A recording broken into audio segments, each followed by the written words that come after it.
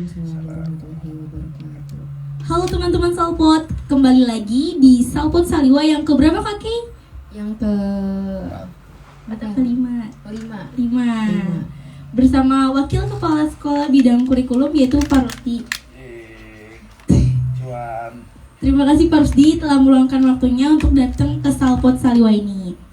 Nama lengkap Rusdianto SPD, tempat dan tanggal lahir Pring Sewu 05 September 1973. Usianya 49 tahun. Alamat PUP Sektor Blok F3 nomor 25 Bekasi. Jabatan Wakil Kepala Sekolah Bidang Kurikulum. Riwayat pendidikan SD 05 Pring Sewu, SMPN 1 Pring Sewu, SMAN 1 Pring Sewu, S1 Seni Musik IKIP Jakarta. Riwayat jabatan Pembina OSIS SMP 152 Jakarta, Staf Sapras SMPN 152 Jakarta, Staf Kurikulum SMPN 152 Jakarta, dan Wakil Kepala Bidang Kurikulum SMPN 152 Jakarta. Mengajar di SMPN 152 Jakarta sejak 2001. Wah, cukup lama ya Kaki? Iya benar. Sepuh. Tapi lebih sepuh Bu Budi ya Pak? Iya. Oke. Silakan. Kita langsung masuk ke pertanyaan pertama ya Pak. Boleh. Aku nggak pakai mic. Oh iya. Saya grogi saya kalau didampingi sama cewek-cewek cantik. Oke. Pak, bagaimana pendapat Bapak tentang kurikulum Merdeka? Apakah Bapak setuju? Baik, pertanyaan yang pertama akan saya jawab. Kalau dibilang setuju tidak setuju, karena ini tatarannya kita paling bawah ya. Jadi sekolah ini adalah ujungnya dari semua kebijakan pemerintah. Ya, kita kalau dalam bahasa agama itu sami'na wa ta'na. Ya. Jadi setuju tidak setuju, ya harus setuju. Gitu. Iya benar. Karena memang ini sudah diprogramkan oleh pemerintah kita untuk dilaksanakan. Ya, jadi kalau tanya Bapak setuju nggak? Ya setuju kita, karena kita ASN harus itu tadi samina wa ta'na. Pendapat Bapak tentang kurikulum Merdeka itu gimana? Pendapat saya tentang kurikulum Merdeka, karena saya ini adalah produk dari beberapa kurikulum ya. Jadi menurut saya mau apapun namanya, dari Bapak SD dulu namanya CBSA. Sudah tahu CBSA? Enggak Pak Jus. CBSA itu cara belajar siswa aktif. Ya, jadi siswa itu yang aktif, guru hanya menjadi fasilitator. Itu di zaman Bapak dulu tuh. Tahun berapa tuh Pak? Kira-kira Bapak lulus SD itu tahun 86, sorry. 86, kemudian SMP itu sudah berubah kurikulumnya menjadi KTSP. Kemudian berubah lagi menjadi KTSP 2013. Kemudian lagi berubah lagi menjadi kurikulum Merdeka. Jadi kalau misalnya Mbak Kiki dan Mbak Cahyadi ya, kalau ditanya perbedaan, mungkin nanti ada pertanyaan perbedaan. Ada nggak? Saya jawab tidak ada. Kenapa? Baik kurikulum Merdeka maupun zaman saya sekolah itu sama saja. Siswa menjadi objek ya yang harus aktif. Guru hanya menjadi fasilitator. Nah, kalau di lapangan, misal kalau di lapangan itu ternyata gurunya yang aktif, memang di Indonesia itu belum siap ya, boleh dikatakan, karena seharusnya yang pembiasaan ini harus dilakukan dari SD. kita biasa disuapin. Kamu makan juga disuapin, sampai umur berapa kamu disuapin? Nggak tahu. Nah, Gak ya kan? terhitung ya? Iya. Ya. Jadi biasanya seperti itu, karena budaya kita itu biasanya disuapin, akhirnya di dalam dunia pendidikan pun kita terbiasa disuapin oleh orang tua, yaitu guru. Karena apa? Kalau kita anak-anak tidak disuapin itu sebenarnya apa ya? Kayak Kurang Pak. apa bahasanya itu, masih kurang percaya atau gimana ya? Oh, Jadi kelihatannya kurang greget gitu loh kalau misalnya, kalau nggak orang marem gitu kalau orang bahasa Jawanya ya. Gitu. Nah, jadi sebenarnya dari dulu kita sudah kurikulumnya sudah merdeka, ya. Ya itu. Oke. Oke, tapi kalau misalnya dibilang dari kurikulum 2013 itu kan jarang tuh anak-anak ke lapangan depan itu Pak. Sedangkan kurikulum 13 sekarang tuh kurikulum ya, Merdeka. Oh ya, kurikulum Merdeka maaf. Itu sering banget ke lapangan, itu jauh banget nggak sih Pak perbedaannya? Sebenarnya yang ke depan itu adalah penanaman karakter Pancasila, ya. Jadi dari dulu juga sebenarnya zaman Bapak itu SD itu ada mata pelajaran SMP, ya, PMP itu pun sama, kita diajarkan cara bergotong royong. Cuman mungkin zaman saya dulu misalnya guru kelas ya, kalau di SD, ayo le, atau nah sini semuanya. Di sekolah itu saya ingat betul, dan ini memang tidak terlupa ketika pembelajaran itu dikenai perbuatan. Ya, contoh, kamu sudah lama nggak naik sepeda toh? Iya. Ada berapa tahun? Udah sampai bertahun-tahun sih. Nah, misalnya contoh lagi, kamu hafal nggak lagu Satu-Satu Sayang Ibu? Apa? Coba nyanyiin. Satu-satu aku sayang ibu, dua-dua juga sayang ayah, tiga-tiga Sayang adik kakak, 1, 2, 3, sayang semuanya. Nah, itu karena kita dikenai perbuatan. Tiba-tiba 10 tahun yang lalu, saya udah lama Pak nggak nyanyiin lagu ini. Pasti saya lupa Pak. Padahal kalau dikenai perbuatan, itu nempelnya itu lama di otak kita. Contoh, udah setahun saya nggak naik sepeda, tiba-tiba saya lupa kalau naik sepeda tuh yang goes kaki atau tangan sih. Nah itu ya.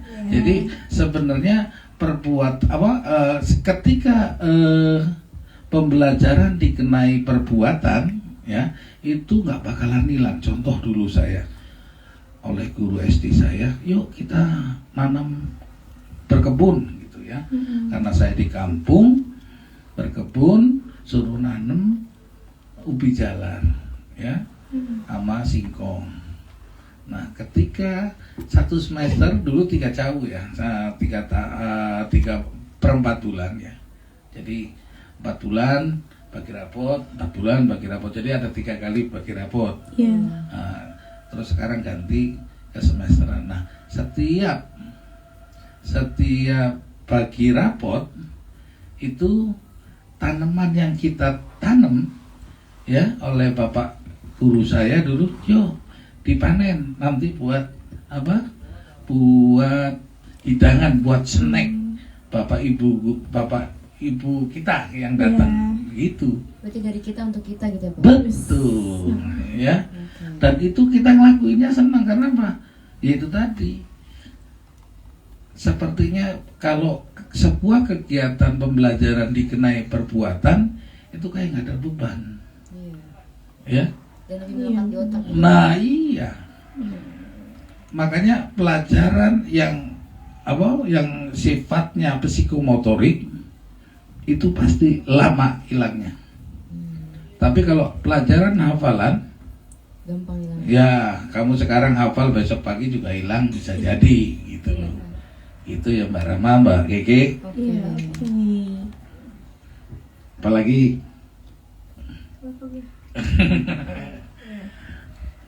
Sesuai dengan tema dan judul Bapak yang ada di poster kita, menurut Bapak itu sukses itu apa sih, Pak? baik. Kalau cerita tentang sukses, ya, ini jeleknya orang Indonesia atau jeleknya orang-orang kita ya, melihat kesuksesan itu ketika di puncaknya. Contoh, ya, misalnya Rahma jadi presiden, ya. Orang yang melihat Rahma itu enaknya pas di posisi atas, ya, Jadi presiden. pas jadi presidennya, tapi perjuangannya nggak pernah dilihat. Prosesnya itu ya, Pak? Iya, jadi itulah lu sih enak, Iya, bener banget. iya, Itu lu banyak sih banget. enak, lu sih enak, itu bahasanya seperti itu sama anak ya. Iya. Bapak ketika di posisi sekarang ini kamu kan nggak tahu. Saya itu dulu pernah jadi siswa terbodoh. Iya, bener banget, bener. Pernah nggak naik di kelas 3. Bapak pernah cerita kan waktu itu? Iya, di pelajarannya saya pernah nggak naik di kelas 3. Nah, kemudian jadi pernah jadi siswa terbodoh, pernah juga jadi siswa berprestasi. Buktinya apa? Saya masuk Universitas Negeri Jakarta atau IKIP Jakarta dulu lewat jalur PMDK. Jadi tanpa tes, gitu loh. Walaupun karena saya jurusannya seni musik dulu, tetap saya dites keterampilannya, ya. Tapi kalau pengetahuannya saya sudah tidak dites, hanya keterampilannya saja. Bapak cinta musik itu udah dari kecil apa sesuai perkembangan teknologi, Pak? Saya lahir dari keluarga, bapak saya dulu itu seniman wayang, pemain gendang, ya. Cuman bapak saya itu nggak sukses lah ya, karena kalau berkaitan dengan tema kegagalan itu bukan berarti tidak sukses, ya kan? Iya. Ketika kita gagal, kita harus berpositif thinking dengan Tuhan, dengan Gusti Allah, ya. Ketika kita gagal, Tuhan punya skenario lain, Benar. ya. Jadi misalnya saya dulu cita-citanya jadi artis, bukan jadi guru, karena saya ya jurusannya seni musik. Ketika saya sudah rekaman, tiba-tiba saya minta restu dari orang tua. Orang tua saya cuma bilang begini, saya senang anak saya ada yang meneruskan darah seni saya, tapi kalau bisa jadi guru. Karena ambisi orang tua saya apa? Dia pengen jadi guru itu tidak bisa karena nggak punya duit buat ujian. Makanya yang menjadi ambisinya bapak saya ya adalah anak-anaknya. Pokoknya lo guru, mau laki mau perempuan guru.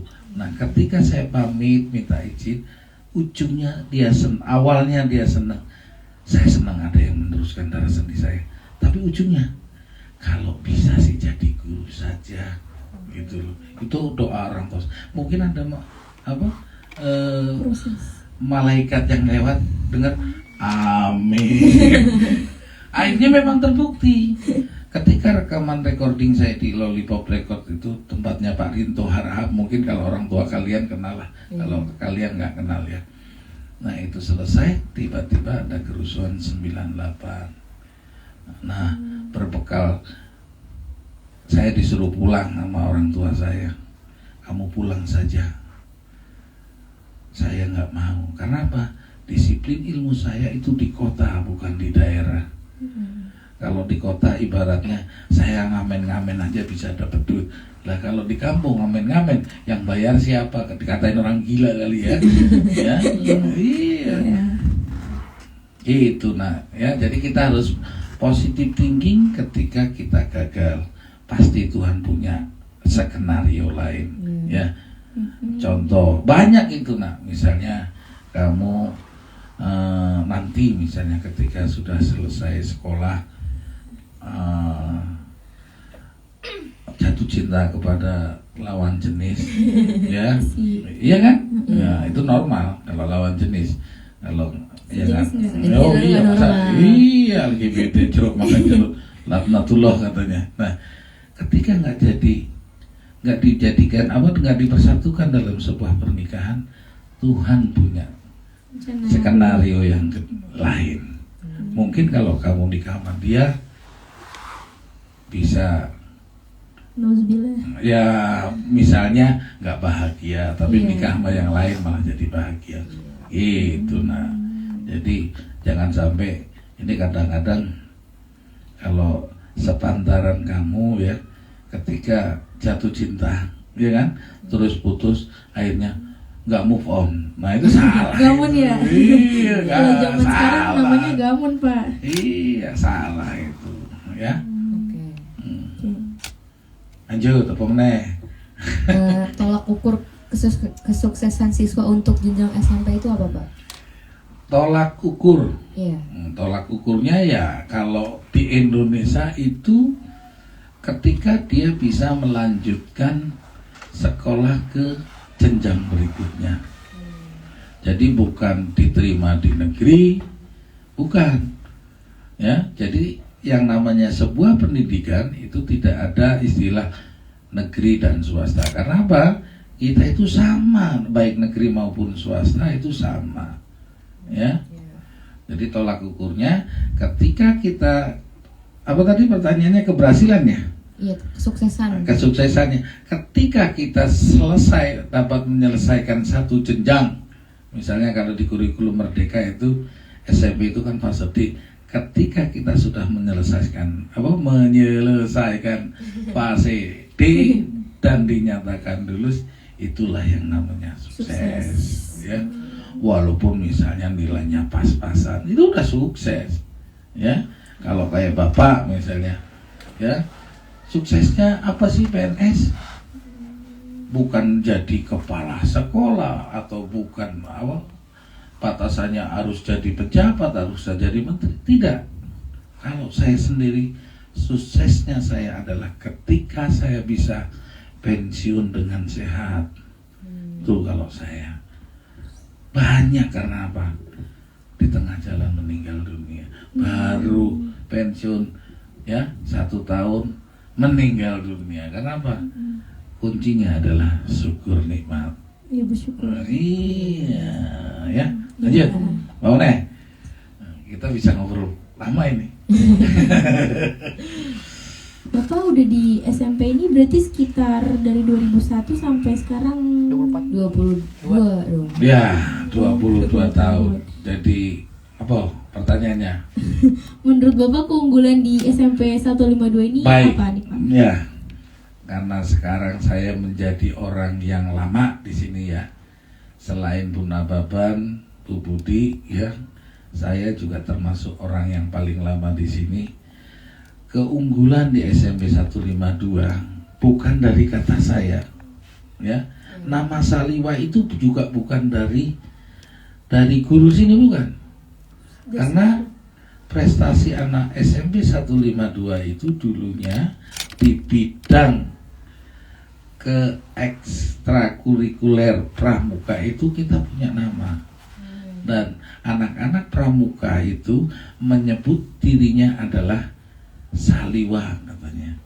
Dan akhirnya nama Saliwa itu kalau sekarang jadi viral gitu ya. Akhirnya orang lebih kenal Saliwa daripada 152-nya. Nah, itu salah satu bukti apa tadi pertanyaannya? Keunggulannya. Nah, kita unggul dulu di bidang kepramukaan. Saya kadang-kadang sebagai tim manajemen di sekolah ini, saya suka keluar dari lingkungan sekolah, ngobrol sama tetangga-tetangga itu, warga ya. Iya. Ya kita harus dapat feedback dari luar lah, bukan dari dalam saja. Ketika itu saya tanya, SMP 152 itu, ini bukannya kita bangga-banggain SMP kita loh ya. Iya. Bukan apa bebek ora silem ya. Sesuai nyatanya aja. Ya. Iya. Itu katanya kalau SMP 152 dari dulu ya itu terkenalnya disiplin. Nah, memang secara akademis SMP 152 itu dari dulu belum bisa mencapai kejuaraan tingkat internasional. Belum. Tapi kalau tingkat nasional pernah dulu zaman kepala sekolahnya Pak Ali, kita mendapat juara 1 tingkat OSN ya. Nah itu sampai Pak Alinya sendiri aja nggak percaya karena bayangannya Pak kepala sekolah kita, karena kita SMP biasa-biasa saja ya. Kalau dulu kan ada SMP unggulan ya toh, ada yang SMP agak unggulan, ada SMP favorit ya kan. Nah kita posisi kita tuh di SMP yang biasa-biasa saja. Nah juara 3 karena harapan Bali paling masuk juga juara 3 paling tinggi. Juara ketiga dari juara harapan 3 nggak dapet, harapan 2 nggak dapet, harapan 1 nggak dapet, harapan juara 3 ini yang diharapkan kan nggak dapet lah, 3 aja udah nggak dapet apalagi 2 1 gitu kan, udah lemes, udah keluar gedung ya. Dan ketika juara 1 disebutin namanya, Pak itu saya, Pak itu saya, Pak Alinya nggak percaya. Nggak percaya. Ya seperti itu memang ya. Kita dengar cerita aja dari sisa apa namanya dulu itu. Sekarang jadi guru matematika ya. Saya ketawa itu dulu kalau ingat dulu. Itu tahun berapa deh Pak? Tahun 2000 berapa ya? 2004 2005 lah. Berarti Bapak udah di sini ya? Ya udah di sini. Saya kan dari 2001 iya. di sini. Dari saya belum lahir juga ya Pak. Nah, asal saya di sini ini juga bukan serta tadi ya berkaitan dengan tema. Orang mungkin ngeliat, Pak Rusdi sekarang jadi wakil enak dong. Ya kan? Ngajar cuma 12 jam gitu loh kan. Kerjaannya cuma lontang lantung misalnya. Karena orang lihatnya kita kayak nggak ada kerjaan gitu kan. Duduk santai gitu. Padahal perjuangan saya sebelum ke titik itu, saya pernah jadi guru hono yang mengajar 10 sekolah. Ya. Jadi dulu ketika kamu belum lahir ya, yang namanya guru itu identik dengan hidupnya pas-pasan. Ya. Dulu orang jadi guru ya itu nggak ada yang mau. Nah. Kuliah di universitas keguruan itu jarang yang mau. Masih panjang nggak waktunya? Ini saya senang ngomong masalahnya. 5 menit lagi. Nggak boleh nambah. Nanti part 2-nya. Oh, part 2-nya baik. Ya. Jadi guru itu dulu dipandang sebelah mata. Ya. Malah identiknya, saya pernah boleh cerita dikit ya. Kamu kerjanya apa ceritanya? Misalnya nih, ini pacar saya dulu. Ceritanya memang ceritanya begitu ya. Jadi saya punya pacar di universitas, ya kan? Nah, sedih ceritanya nih. Harusnya ilustrasinya main piano Zel. Irgin piano. Nah, dulu zaman saya kuliah itu mindset orang-orang kalau sukses itu kerja di bank, ya kan? Kalau seperti itu kerja di bank, pokoknya jadi apalah, pokoknya yang berdasi itu sukses, anggapnya. Jadi ketika kita ngobrol sama orang tuanya kerja di mana, saya mah jadi guru Pak, ngomong anak-anak Oh guru. Mandangnya gimana gitu loh ya. Oh guru. Oh ya udah. Sebelah kita berarti ya. Ya sebelum guru diangkat itu, ya guru ini sejak zaman Pak Gus Dur. Dan kalau gubernurnya itu zamannya Pak Sutioso. Jadi boleh dong saya ngomong di podcast ya. Makasih Pak Sutioso, Pak Gus Dur ya. Iya, karena apa? Guru mulai perekonomiannya mulai mulai bagus lah. Ya nggak ngajar 10 sekolah itu ya di zaman era itu gitu loh. Kalau dulu guru itu identik dengan Umar Bakri. Pernah dengar loh? Pernah. Iya. Pakai sendal. Kok pakai sendal? Pakai sepeda kumbang, ya kan? Tas, iya kan? Iya. Sepatunya butut. Itu pokoknya seperti itulah itunya. Ya, tapi sekarang kan enggak, ya. Makanya yang tadinya kuliah di IKIP aja gengsi atau di keguruan sekarang banyak laku keras ya. Iya diminati. Kalau dulu kalau kuliah di mana? Sarjana di kehukum, ya kan? Di mana? Ekonomi. Di mana? Ngomongnya ambil nunduk.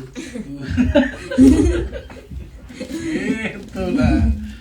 Ya, seperti itu. Apalagi? Ya, selanjutnya yang terakhir nih ya Pak, karena durasi. Ya, kalau podcastnya Deddy Kobuser bisa 2 jam loh. Kan beda podcast Pak. Ya. Kan yang baru nih Salio ada Mars ya Pak? Ya. Iya. Itu sejarahnya gimana sih Pak? Bisa Baik. tercipta gitu. Nah, itu kebetulan kan karya saya. Iya. Dulu saya pernah bernazar. Nazar ya, bukan nazar penyanyi dangdut. Beda lagi Pak. Ya, saya kalau dulu kita masih honor nak ya, ngajar 10 sekolahan, pagi di Saliwa, pagi di SD, siang di Saliwa, begitu terus di SMA. Saya enggak, itu cuma ngajar TK saja. Ya. Itu beda lagi Pak. Ya. Nah, PAUD ngajar Pak? ya justru itu TK dan PAUD doang yang saya nggak ngajar. Universitas ngajar saya gitu loh dulu. Nah, hidup kok kayak gini amat ya gitu loh. Dulu saya sempat bernazar ketika saya kalau misalnya saya dapat rezeki bisa menjadi ASN gitu, saya akan membuat ini deh. Akan saya buat ini Saliwa Mars, karena di sekolah-sekolah lain udah punya Mars, ini nggak punya Mars gitu loh. Ya udahlah, pokoknya saya nanti kalau jadi PNS saya bikinin buat Saliwa gratis gitu loh. Ya kan? Ya udah, ini wujud dharma bakti saya untuk 152, karena saya tahu betul di 152 ini gedung kalau boleh bicara ya, gedung ini kalau boleh bicara ini milik orang-orang yang loyal untuk Saliwa. Jadi kalau kamu jadi siswa loyal, insya Allah nanti ya bisa melanjutkan ke sekolah yang kamu mau ya, yang kamu minati gitu. Jadi sejarahnya seperti itu nak ya. Saya menciptakan Mars 152 sebagai wujud untuk membayar nazar saya. Sebenarnya himnenya juga ada. Cuman belum saya publish saja. Iya. Karena dulu itu pokoknya Mars dulu dah, himnenya nanti itu.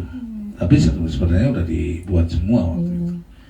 Karena Pak Toping dulu, coba kamu bikin Mars, oh udah saya siapin Bang gitu. Jadi jauh-jauh hari ya Pak? Iya. Itu nah ya. Cuman dengan sekarang dengan Pak Fadli, kebetulan waktunya Pak Fadli banyak ya, aku bilang tolong dibikinin musiknya. Nah, jadi nanti Pak Fadli sudah membuat aransemen musiknya. Itu nah ya. Jadi dulu Bapak bikin liriknya doang, nggak bikin musiknya? Saya bikin lagunya ya, bikin nadanya ya. Cuman belum, kalau diiringin dengan keyboard dulu dalam teknologi zaman saya perkembangan musik juga bukan seperti sekarang ini, ya harus menggunakan hardware. Jadi kalau recording benar-benar take-nya benar-benar menggunakan alat. Kalau sekarang tanpa alat juga bisa gitu loh. Cuman dipencet pakai HP, notnya sekian, pianonya dipencet, nadanya ini gitu.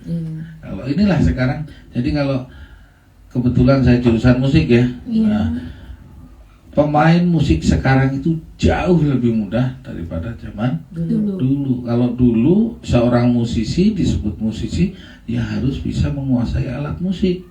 Kalau sekarang nggak bisa main gitar,